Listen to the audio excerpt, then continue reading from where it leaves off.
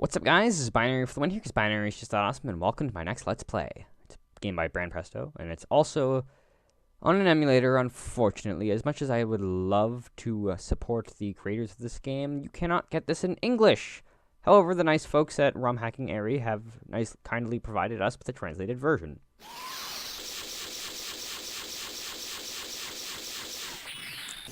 Without further ado, I present to the ladies and gentlemen of the audience, Let's Play Super Robot Wars Judgment, also known as also known as Super Robot Wars J, also known as Super Robot Tyson Judgment, also known as Super Robot Tyson J.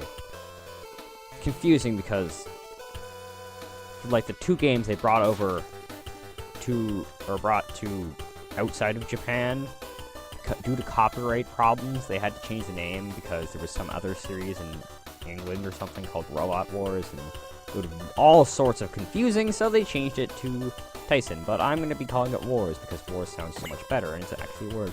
Of note, this is the third time that I've had to record this. Hooray! Let's hope it goes better this time. And I was going to put up some sticky notes to tell me what to talk about. Oops! Oh well, not actual sticky notes, by the way. I'm talking about... There's for those who don't know, on Windows 7 and maybe 8, there is a utility thingy called sticky notes, and it's like a sticky note, except not really. Anyway, without further ado, let's begin. Now some backstory. So I'll try to be voice acting some things. Of note, this is the third time recording this. I've actually recorded ahead quite a bit and gone back to this to fix all of the quality problems for all y'all in the audience.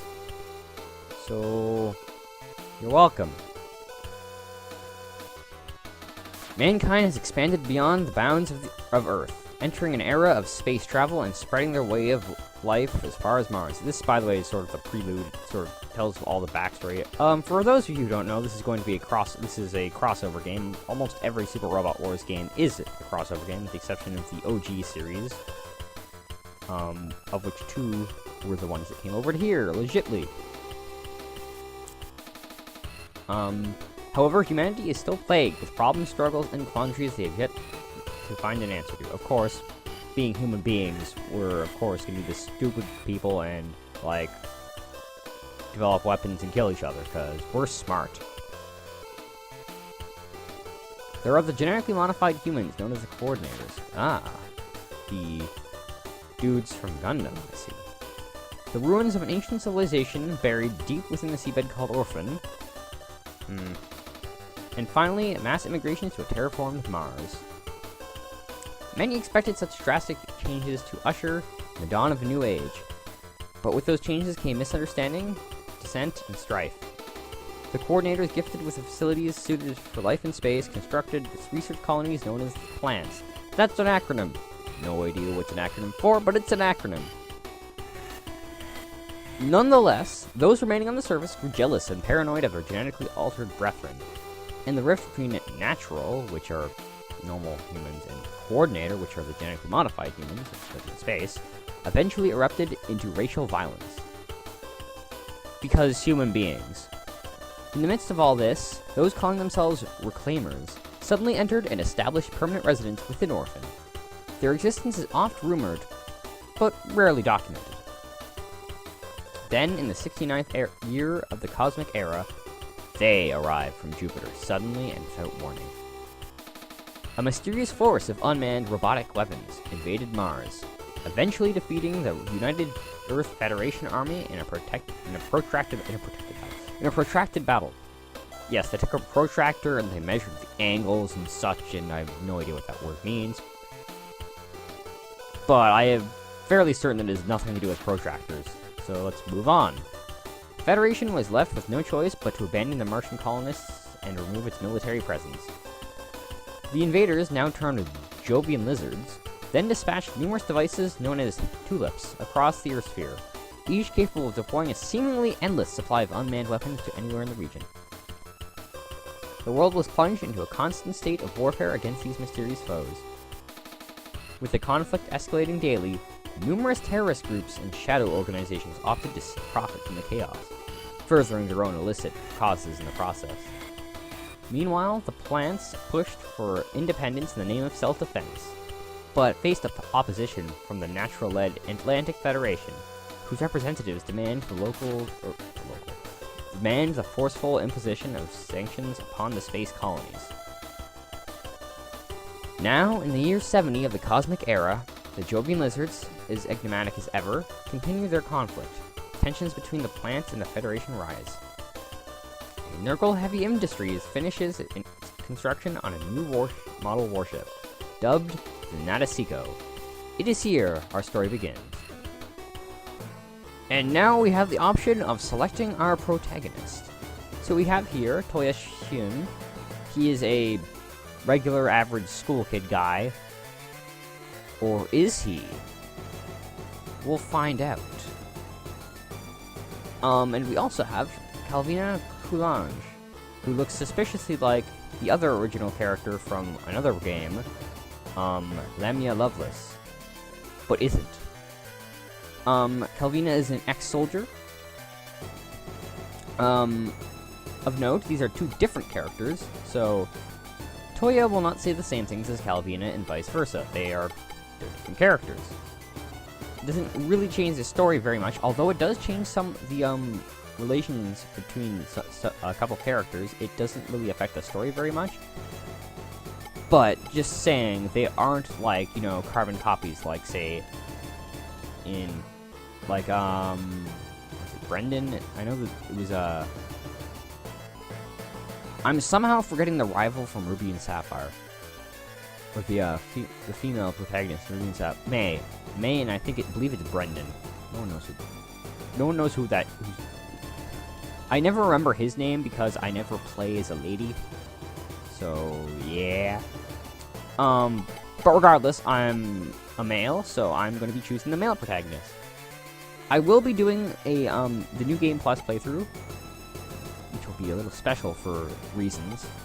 And then I'll be choosing Calvina because her first stage is different. And again, as I mentioned, some of the story elements are also a little different. So I'll choose her then. But for first playthrough, we're going with Toya. Now then, I asked y'all to vote for the mech I would choose, and nobody voted, except for the initial votes I collected to make sure that if nobody voted, I'd still have some data. So, coming in, let's start with last place. Coming in last place, we have the Kustwell. It is the balanced mech, and all of its weapons are post-movement weapons. I'll get into what that means shortly, or when we actually get to the game. Second place, we have the Grantede, which is a beast. Although, if you take a look at its mobility and movement, mobility especially, I mean, its armor jumps up a lot, but it's like mobility drops. Mobility is evasiveness and I think also accuracy of those base stats of the mech. The pilot also has its own, or his or her own, hit rate and evasion stats, but I believe mobility is factored into those. And in first place, we have the Belzoot, which is the least tanky and most fragile. But not only does it have the most ammunition-based weapons, meaning that it's not going to have to rely so heavily on energy, it's also the mech with the only mech that has a multi-area piercing or math weapon. And finally, it has the most mobility and movement, although it has the most mobility by 5. So it's slightly better at evading and hitting than the Kustwell, but regardless, we're choosing the Belzoot. But we're not calling it the Belzoot, and my name is not Toya Shun, and the weapon names I'm also going to be changing. So let's do that. Now, you might be thinking that I'm going to go and name myself Binary. There's a problem, because, see, Binary doesn't have a last name. So, whenever this predicament arises, I instead call myself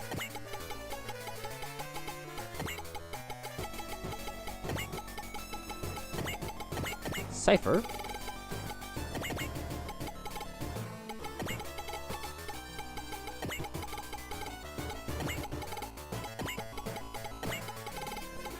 Kanto.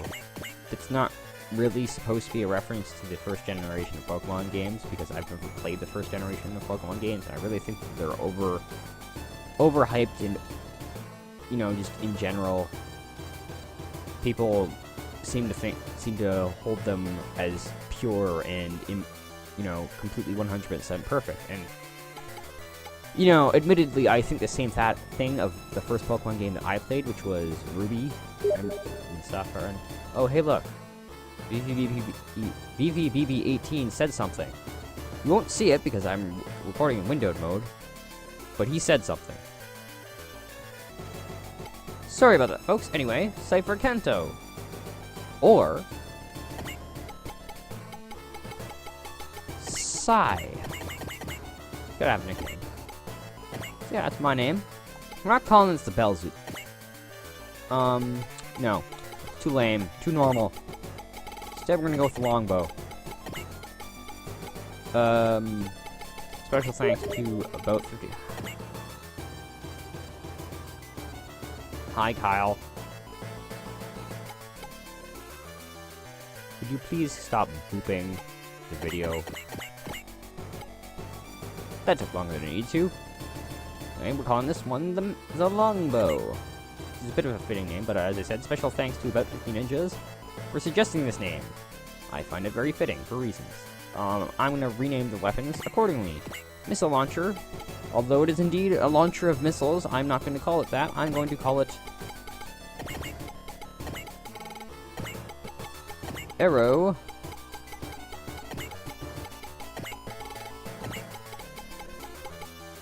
Rain. Also known as the attack that lags the emulator to crap. Because it kind of does. We will in fact see this. There is a mandatory cutscene thing in which this attack is used, and in that cutscene, it uses the weakest attack on the player's mech. And in this case, that happens to be Arrow Rain, so we're going to see the slowdown, and probably never again. I've never really used Arrow Rain that much, because I can just use this weapon instead, and I find it much better. This weapon, you know, at a distance, or if they get up close and personal to me, I can just use this. So either way, I don't really see the point in using this one. Or if I run out of ammunition for this, at that point I'll probably have enough to be able to use this. Will, because we see it here, Will is effectively your morale. You gain morale by killing units. You gain 5 morale will if you're the unit that kills the enemy unit. You also gain 1 will if another unit, like, you know, any other unit kills an enemy unit. And although I don't know how much, I know that you also gain some will by taking, by being attacked, or maybe taking some damage, I don't know which. And finally, you can also gain will through cutscene shenanigans. Anyway, shot launcher. Yes, it does launch shots. These are twin pistols, by the way. But I'm not calling them shot launcher. No. I shall call them twin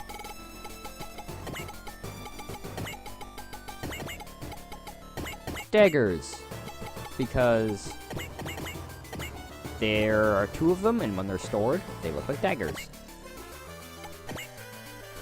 Orgon Rifle N. Nah. Let's go with... Excuse me, the wrong word.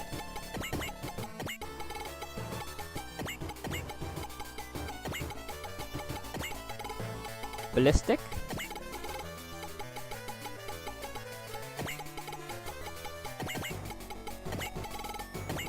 Arrows. They aren't really arrows, but they're bullets, which are ballistic. So it works. Next, we have Orgon Rifle B, or Orgon Rifle Beam, rather. Nah. Let's go with... That is not how you grammar binary. That is not how you grammar a name. No. Going to go with... Beam. Arrows. I like to space at the end, just in case. This red M symbol, by the way, that stands for map or multi-area piercing. Because this is a multi-area piercing weapon. See? This B means it's a beam weapon, which effectively means if you try to use it against an underwater target, it goes fizzle, and then doesn't really do any damage whatsoever. Maximum damage is 10. Additionally, if you happen to be underwater, although I don't see why you would be with this particular unit, since this particular unit can fly, and flying is always better than going underwater, because if you go underwater, you move as sluggish as crap. But, you can't use this weapon underwater either. Down there, at the bottom right, you'll see the terrain. Terrain is, the effectiveness of that weapon on targets in the terrain. A being air, G being ground, W being water, and S being space. Space is usually fairly decent, because when you have a battle in space, you can't help, like, you can't go into a different terrain. So, you know, it'd be kind of unfair if you have a unit that can't be in space, and then you can deploy it, and then it just dies or something. And the P symbol next to here stands for post movement. So yeah. Also, finally, that last symbol there, the symbol just to the left of the name of the weapon, that one means long range, which is effectively, if you think Pokemon or regular RPG, it means special. It means that this weapon is a special attack or a magic attack or whatever, and so your character's special attack, magic attack, ranged attack stat is applied to the damage of this weapon, as opposed to, we'll see the other symbol later, but there's close range weapons, which would be your regular attack, or physical attack, or your close range attack, or I don't know what the stat's called here. I could probably check, but I'm not gonna. But as you can see, we have two variants of this weapon, the mapped variant and the not mapped variant. As you can see, the will cost is the same for both of them. Will, by the way, you don't really lose will, except, unless you use an ability that will, there's an ability that the unit may have in the future that replenishes your, energy and ammunitions. That will decrease your will by 10. There's also a healing ability that some units will have, but those do not do anything to will, thankfully. But, this one is going to be slightly different from the previous ones, but it's going to be, this is Orgon Rifle Arrow. I'm changing this to, whoops. I'm going to be calling this simply Orgon Arrow. The reason why this one is in plural is because I know it only fires one shot, and that one shot does in fact happen to be an arrow. Hence why I thought that the name Longbow was very fitting. In any case, we're done with the setup. So, let's move on to the rest of the story 20 minutes later. Ah yes, favorite series. I may or may not cut this out, because it may or may not be some spoilers into what series we'll be seeing. Or I could just put like a random thing up there where it tells you the name of this. This one is fine, because we can probably just tell with it. Unless you're, well, if you're not familiar with mecha anime, it should be fine. Ben Bresto Originals. If it's just me, but you'll probably be using your own unit a lot, because otherwise, why would you pick your own unit? Question mark. Right? Because it's you. So, I always tend to use this.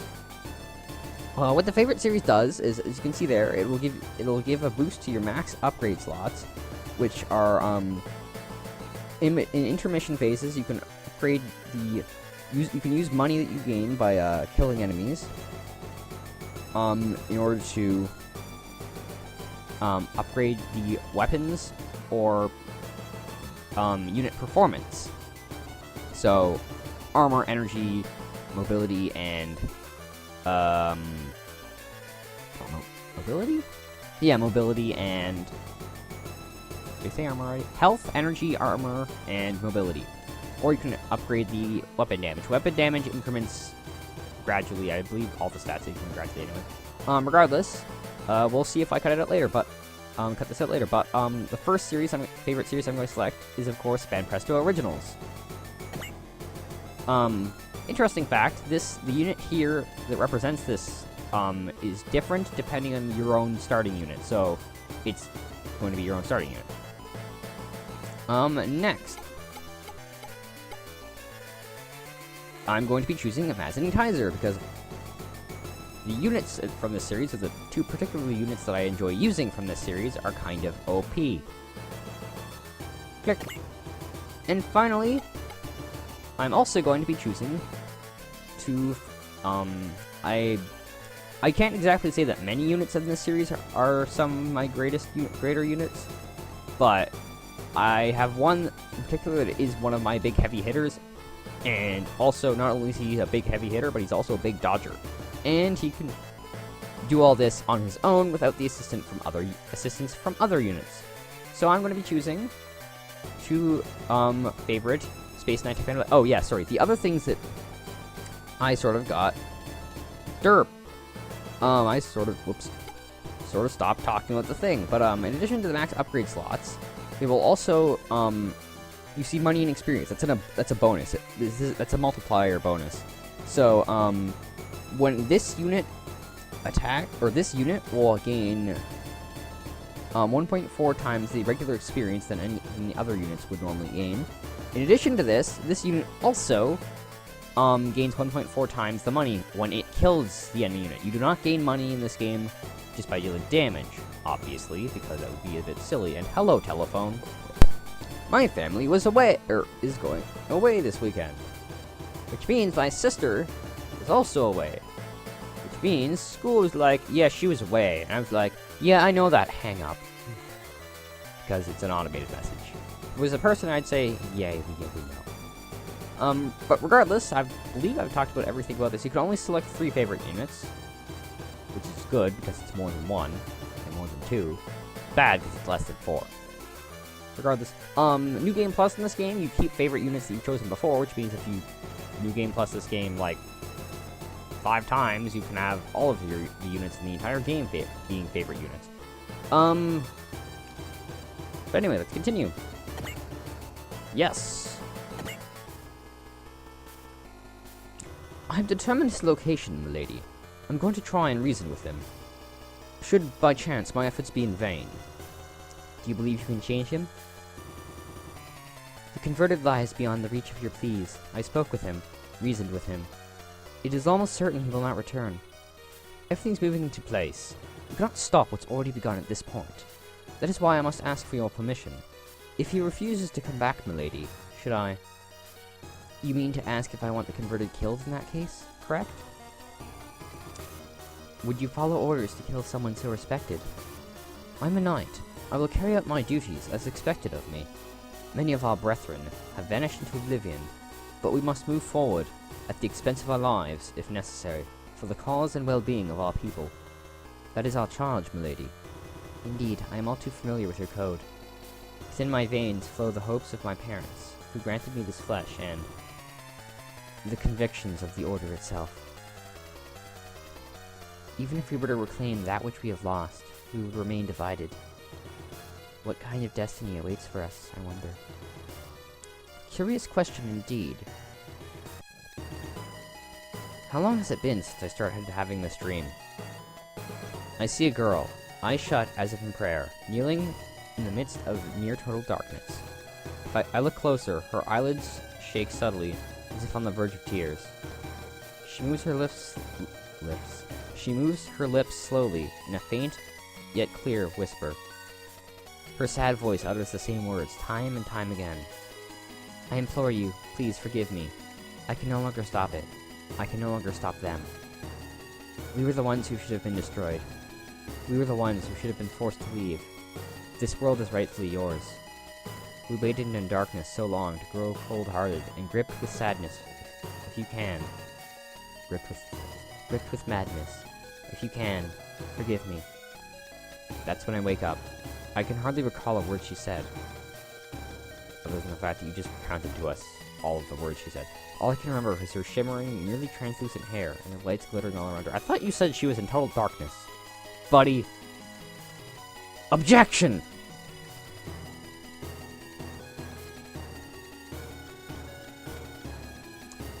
I'm gonna have to throw in another objection thing now.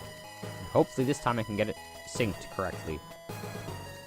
Well, I suppose it would be, because if there's any dropped frames here, they should drop both my own commentary frames, as well as the videos frames, and the video audios frames. And of course, the twinge of sadness, and of course, I always get caught up by that, because twinge doesn't sound like a word to me. Anyway. She heralded my involvement in what was to come. It was a premonition of battle, but there was no way for me to know. Episode 1, The Calamity That Fell to Earth. I gotta get to bed earlier. Good morning, Kaname. Morning, Kyoko. Sleepy as usual, huh? We're gonna be cutting it close at this rate. Hold on a minute. See, I was about to head to school when Ayame called me.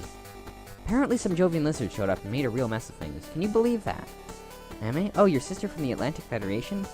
Yeah, I mean, I don't give a damn if they're from Jupiter or Mercury or whatever. Fact is, all these attacks by those bastards are really wearing on my nerves. Right? Back me up here. Well, yeah, I guess. We still gotta get to school and... What kind of answer is that? Well, if there was a battle, doesn't that mean there'd be one of those space flower things that the lizards come out of nearby? A tulip? You sure seem to know a lot about them, Kaname. Think there's one nearby? Sure seems likely. Damn, it would suck for those things to show up around here. But aren't those the soldiers doing their best to protect us? Look, I'm not talking about that. Those space alien bastards haven't even shown up yet, and if they did, we'd all be doing our damnedest to send them back to where they came from. Yeah, I see what you're saying. Geez, not this again. Check me out. Made it in the nick of time. Yeah, but boss, you're way above the speed limit. Cram it. If you're scared of the speed, then don't bother riding. Hurry, Koji. Gangway! Damn, it's gonna be late. Huh, Kabuto? Where the hell do you come from? And you even got Sakaya hanging on to you for the ride? Just you wait. I'm gonna take this fist of mine and...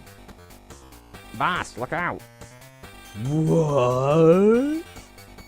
Boom. Wow, boss. You're something else. You know, taking a nap at a time like this is a surefire way to miss the starting bell. Oh, shut up. It's your fault we were late in the first place. Sorry, boss. You're right. Investigating the area for tulip activity ended up taking longer than we expected it last night. Yeah, tell me about it. I'm heading to class. Later! Hold it right there, you two. Hold it! I'm gonna have to put that in now, too. How many times have I told you to leave those bikes in the parking lot? Dang, look, the lookout today is... Oh, good morning, Miss Kagurazaka. Oh my god, did I pronounce that? Yes!